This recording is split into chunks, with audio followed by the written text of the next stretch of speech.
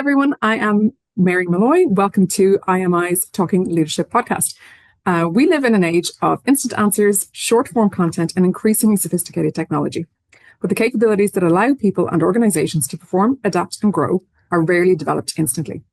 Now, I'm really pleased to be joined today by leadership expert Kevin Quigley to explore this topic. Our conversation is going to form part of an IMI 4-part No Shortcuts series, exploring the capabilities that make organizations work. So a little bit about Kevin. He is a senior leadership and management development specialist with over 30 years of international experience across sectors, including technology, manufacturing, financial services, energy, sport, and education.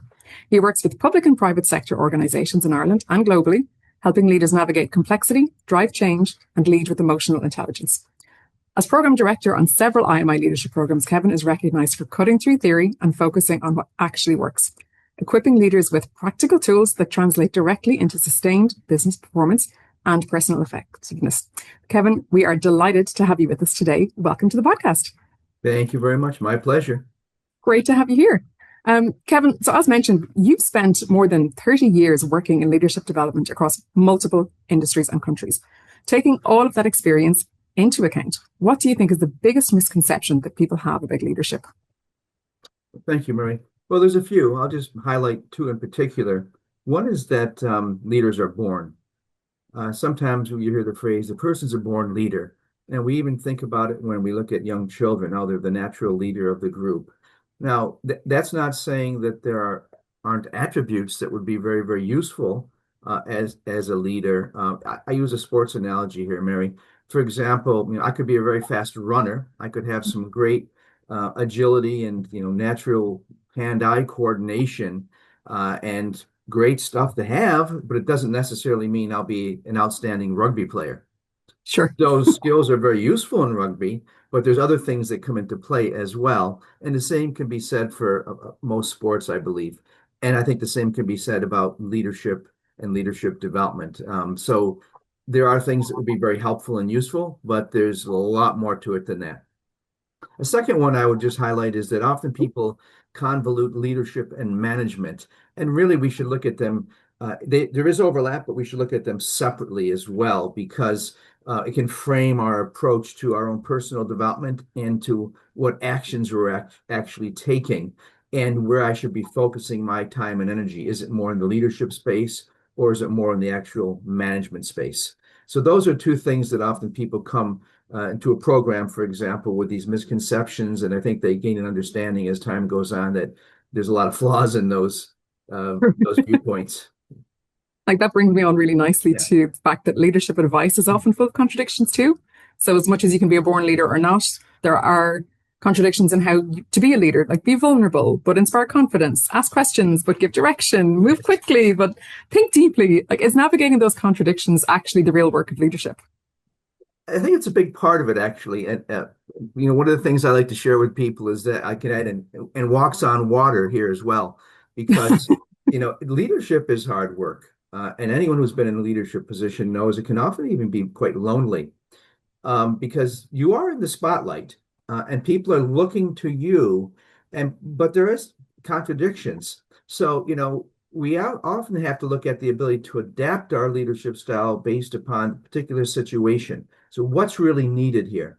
And that ability to be agile, to be flexible, that's really what's needed. I like to use a phrase from Dr. Stephen Covey, the author of 7 Habits of Highly Effective People, that he talks about diagnose before you prescribe. So a really good doctor does that. Anyone really in any professional field should understand, what are we up against here? What are the circumstances?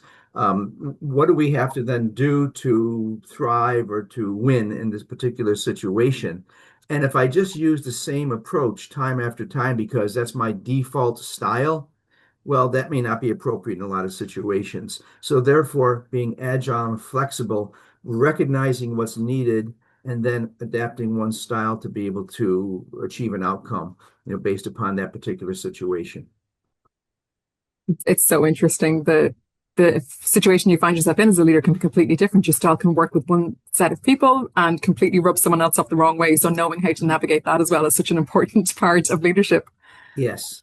And we can't please everyone all the time. So there's a lot of other things at play that underline these that form really a foundation of what kind of person am I?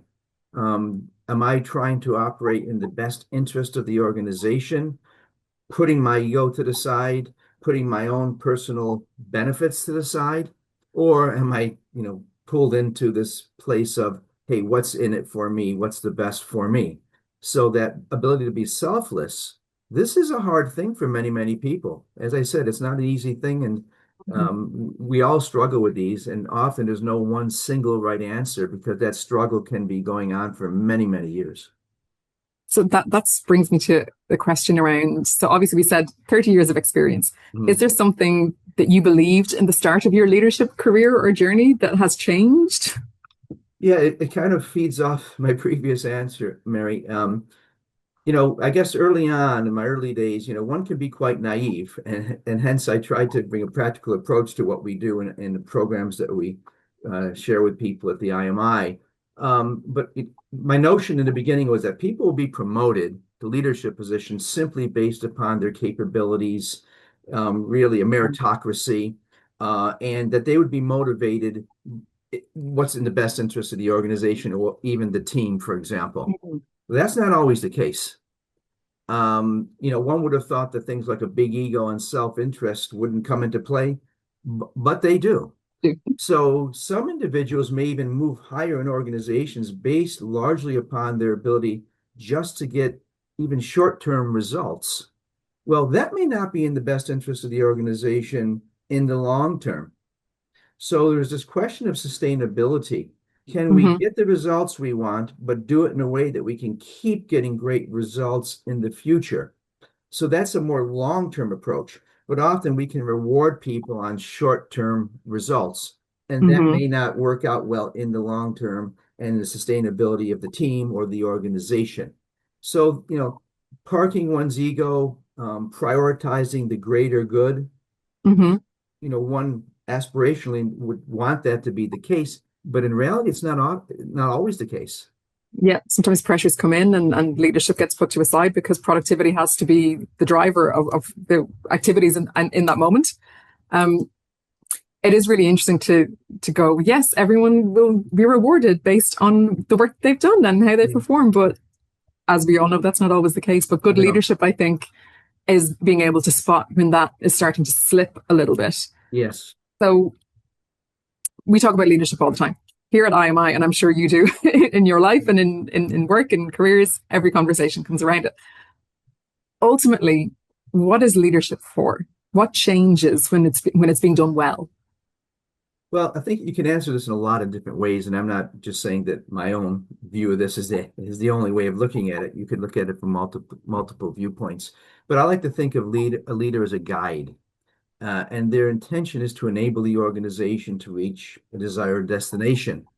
And that should include continuous growth and improvement, forming an important part of a culture of an organization. So the analogy I like to use is, hey, we're trying to create an environment where people can be at their best.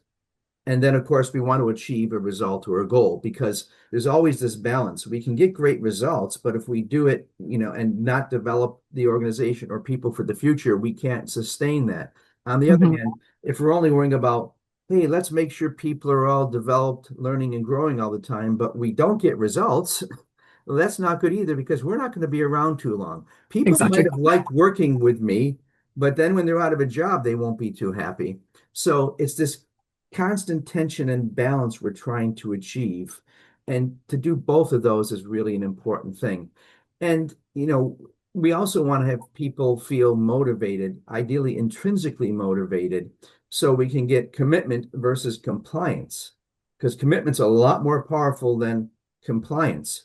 And this also involves enabling people to learn and grow continuously, helping them be at their best.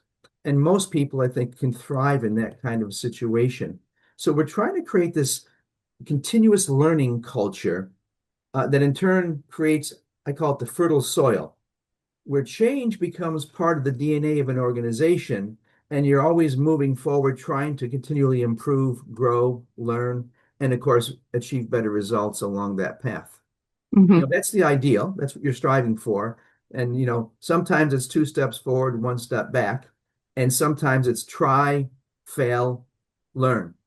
Yes, And we that have whole to be fail willing. fast, fail. Yes, yes. And there's some It's great gonna go wrong, let it go wrong. yeah, yeah. And, different organizations approach these things differently, but um, we have to make sure that we're helping people in that environment where they can bring their best talents to play and wanting them to keep motivated.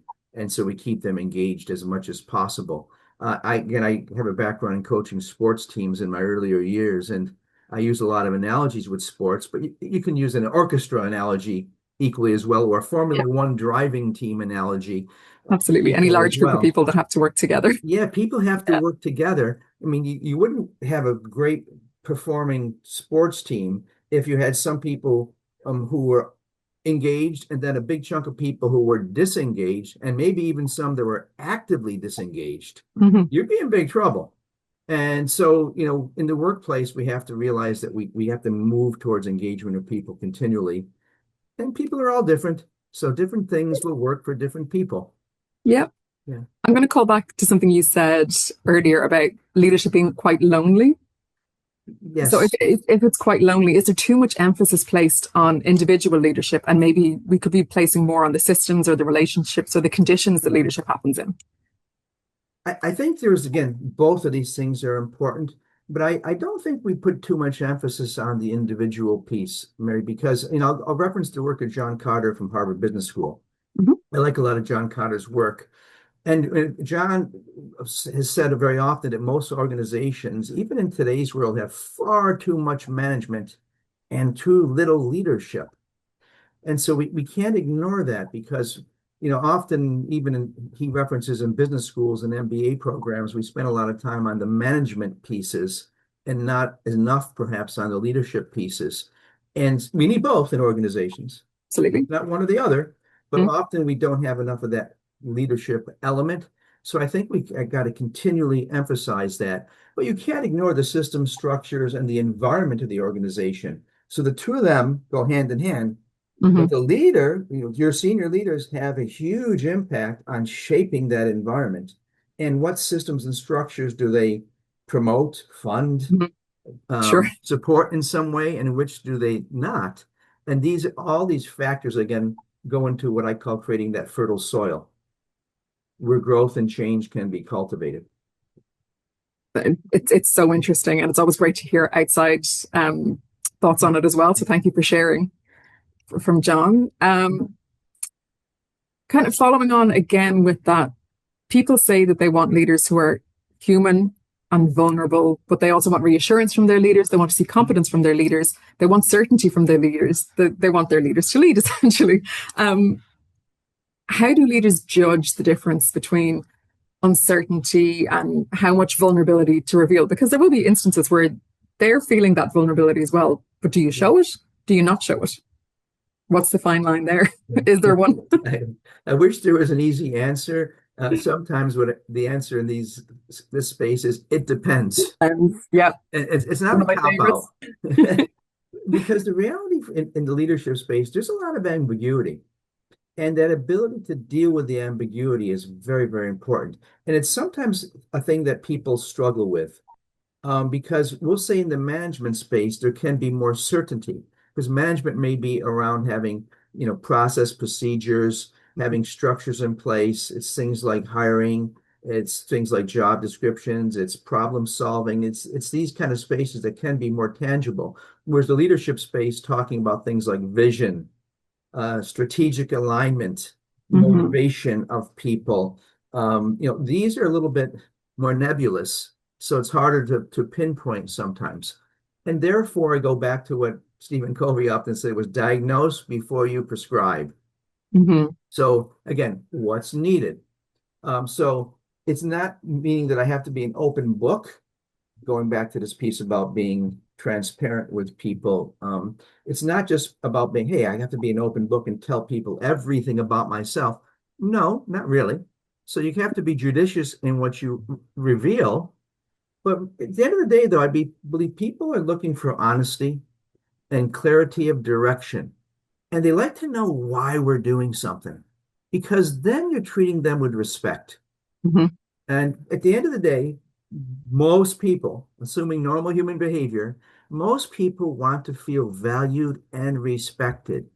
My thoughts are valued. My Hmm. input, it's valued. The questions that I asked are respected. And then also, it's explained to me why we're doing these things. So a lot of leadership is around helping people make sense of things. Hmm. So, if we use some of these as guideposts, well, what can I do? What can I tell them? Or what do I need to tell them to help them make sense of things? So there's, again, it's always this balance at play. Hmm. Um, you know, People like to know what you stand for as well. There's some great work done in this by Jim Kouzes and Barry Posner, and they're authors of a great book called Leadership Challenge.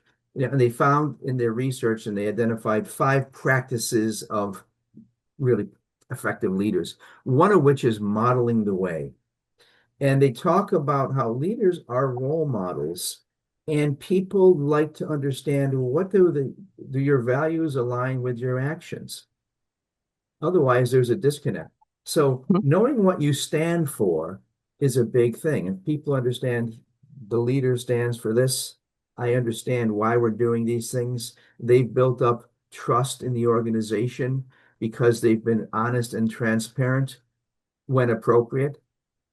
Hmm. And these are things that I think people really value a lot, and it helps them stay motivated and engaged and believing and having hope for the future. Do you think that's changed over the generations?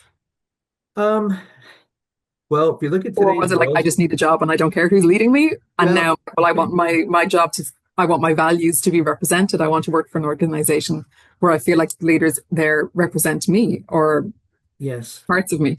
Yeah, well, there's research in the space that would show when you have alignment of values, if at least some of your values align with the organizational values, then that's a great motivator. Because if you think about the logic of it, if I worked in an organization where the things that I care about are nowhere to be seen in the organization, one might start to question, well, why am I working here? Now, it Hmm. could be I'm doing it for the paycheck.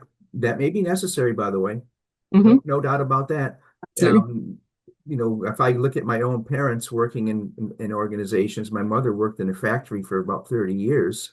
And I don't think she was in there talking about alignment and vision, but she took great pride in doing great quality work. So I always said, years later, looking at this, whoever her manager was knew her very well because she was cared about details and high quality work. And guess Hmm. what they had her in her role? Quality control inspector. And this is going back 40 years or so, okay? Okay. And I don't think her manager had attended any, Harvard leadership programs, but he must have been good because he figured out I got to put people in places where they can shine and where their strengths can be utilized, just like a great sports manager would do. Hmm. So I think that, these things all come into play.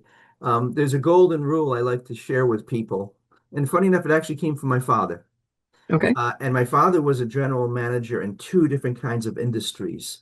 And he had one particular golden rule for all his managers: know your people. And that just didn't mean, knowing, hey, he's got a cat and a dog and 3 kids. Yeah, Hmm. know about their family, but what are their strengths and weaknesses? What Absolutely. motivates them? What do they care about? And in turn, when you get to know your people and you listen to them, you're signaling to them that you care. And people like to be cared about.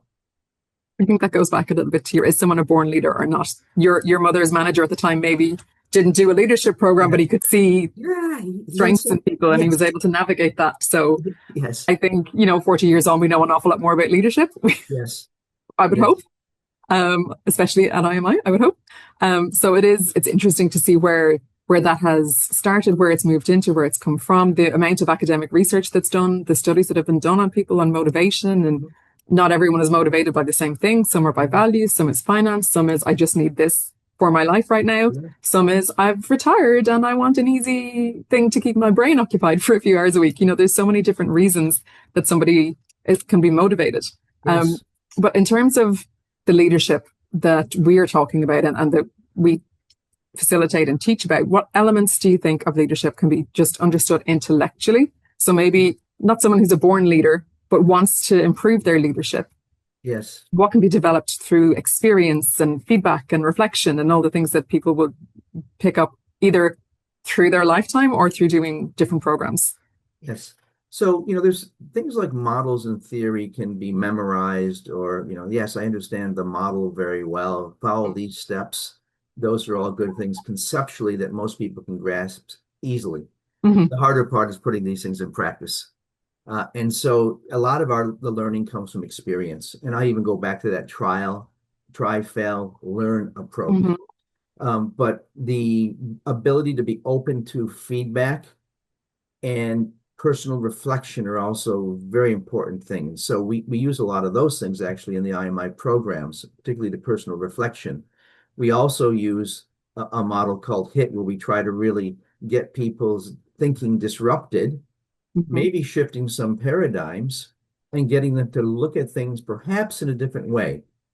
And there was Wayne Dyer was a self-help help expert, and I don't always gravitate towards those, but my mother, funny enough, purchased one of his books and sent it to me when she knew I was in this leadership space and said, "You should Okay. read it. This guy's pretty good."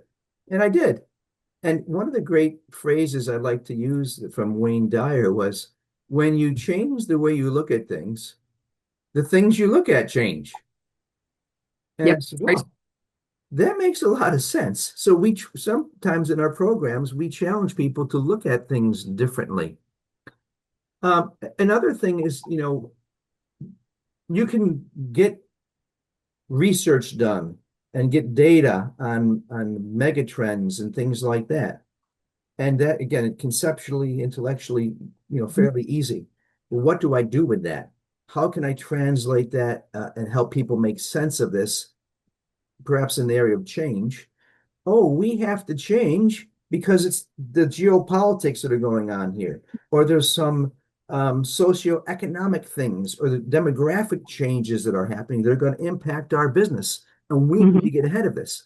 So, you could understand the data perhaps there, but how do we translate that and that get people to understand it?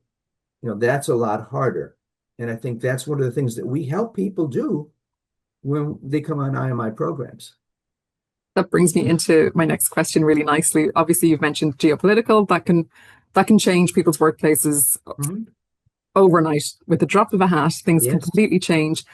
So if you've got a situation where maybe you're in a change environment that you had very little anticipation of, whether it's a cybersecurity attack or Mhm. an event somewhere in a different country is having an impact on you, you still have to be the leader of your company or the leader of your team or the leader wherever you sit. What does ethical leadership look like when the choice isn't between right and wrong? It's not between competing responsibilities, imperfect outcomes. How do people, or how could people best navigate things like that? Yeah. If we think Easy about a lot question. of leadership is about making choices, Mm-hmm. and often there's competing priorities. And I'll go back to that word dilemmas, where there's no single right answer. Mm-hmm. That's often the space we're in today's world. There's trade-offs. And, in essence, one has to become comfortable with being uncomfortable. That's not my phrase. I forgot who said it, but I like it. Yeah. Um, and outcomes will not necessarily be perfect. I'll go back to that ability to, synthesize information, look at, big trends, for example, and translate that back into what are some of our options here? What are the risks involved? And so in many ways, asking the right questions that one doesn't necessarily have a perfect answer to. But if we don't ask the right questions, we're not going to find out the right answers. Mm-hmm. So translating these things and understanding that there may not be one right answer. But again, we always have to look at things and making sure that we're operating within the legal framework Mm-hmm. and that we're doing things that are morally good to do. And then, we have certain principles and guidelines that we have to follow because we go off those paths and then we're in bad territory. And sometimes when we even use the phrase, is a person a good leader or a bad leader? Well, okay, do we even want to use the word bad with leader?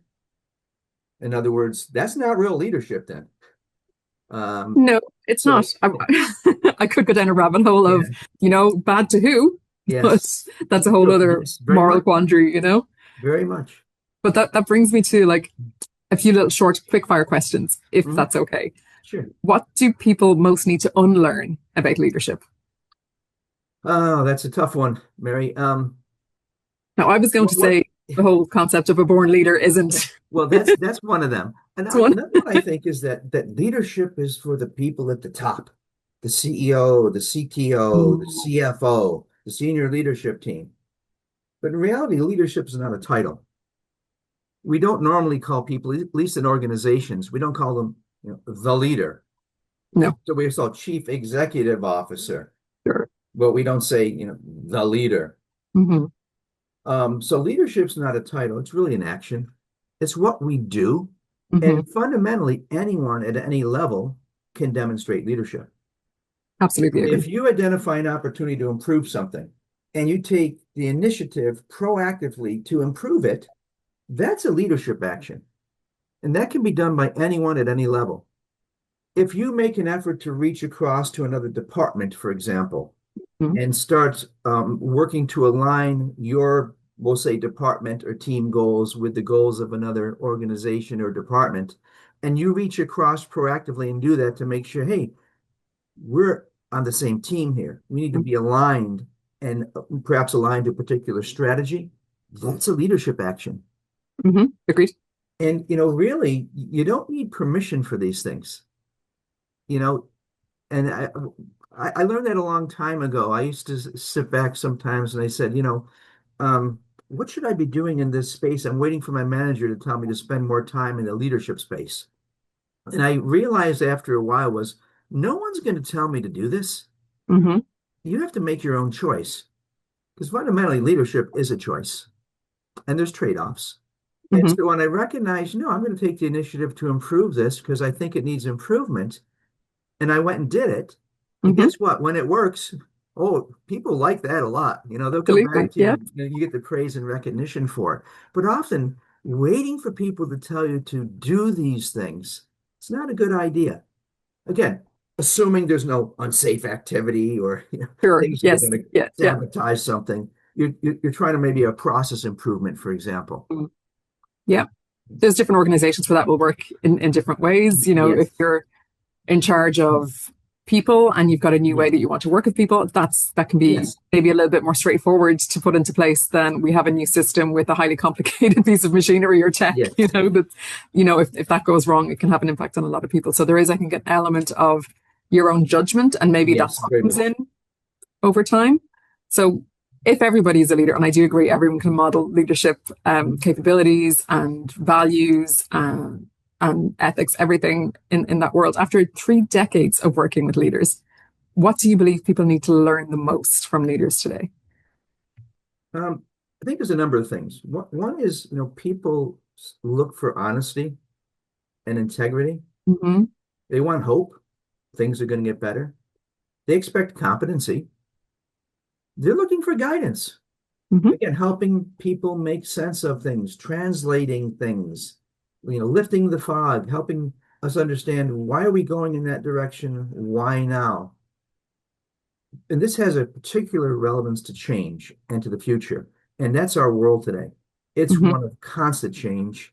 And if we're not continually learning, growing, and adapting, we're going to be left behind. But at the same time, people want to feel respected and feel valued. Hmm. And if we can look at those things and making sure we're working towards those at all times, I often say to people, and I've made many mistakes over my time in leadership positions. If people know you have good intention, and also, being honest could be things like saying, "Hey, I'm not particularly good at giving feedback. I struggle with it. I'm working on it." And then they see you trying a new model, and you tell them, "Hey, I'm trying a new model here." Hmm. People will cut you a lot of slack. That's what I found because they're going to say, yeah, we all know he's terrible at giving feedback, but he knows But it. he knows too, Hey, and he's trying. he's working on it, Yeah. and they will cut you a lot of slack. And so not being afraid to admit, it goes back to that question of vulnerability. Letting Mm, people know no one's good at everything. We all have strengths and weaknesses. I'm trying to play to my strengths and hmm. perhaps manage around some weaknesses. Hey, and give me feedback on how I'm doing. Don't be afraid to ask for that because once you've role modeled that, now it's Hmm. going to be easy for me to work with you and perhaps give you some feedback. Or as Marshall Goldsmith says, feed forward, which I like a lot better, by the way. Okay. All right. Um, I'll have to keep that one. yeah. So these things I think are what people are looking for. And I've noticed even a trend with a lot of younger people fresh into the workforce, they're looking for a development. They want to learn and grow. And so we Absolutely. want to make sure that we're creating that environment and we're not turning them off at an early stage in their career. So being open to feedback, role modeling it, and then using that as a way to help others learn and grow is it's a great tool that we share in the IMI as well with people. Fantastic. Finally, I like Mhm. to end on a positive note with these. Yeah. So, what gives you optimism for the future of leadership? Well, I kind of touched on it just a moment ago. I've worked with a lot of young professionals and those just starting out in their career in some of the programs that we offer, both at the IMI and some work that I do outside of that. And that's what gives me the optimism. Working with young people who usually are quite optimistic and hopeful for the future, who want to do a good job, who want to do things that will help their community or help society in general. And so that energy that they bring is can be contagious, and we need to tap into that and help them keep learning and growing and staying motivated and engaged. So the optimism I has is the youth really, and I think that's Love what we have to keep nurturing because I want to make sure that when I'm older and retired, that those folks are steering the ship in the right direction and they're very capable in doing so. Agreed. Agreed. I think that is a great note to end our questions on. Kevin, thank you so much for joining us today. Really, really appreciate it. My I'll just pleasure. recap a few little things before we go.